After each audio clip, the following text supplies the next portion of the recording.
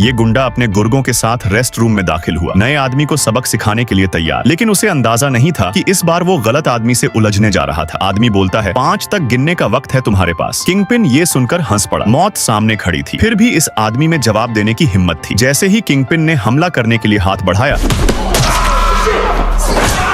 चूक गए। गुर्गों ने ये देखा तो हाथ में हथियार लिए अंदर दौड़े, लेकिन उनकी किस्मत खराब थी। सामने वाले ने एक ही झटके में उन्हें गिरा दिया। आधे मिनट में सब जमीन पर पड़े थे।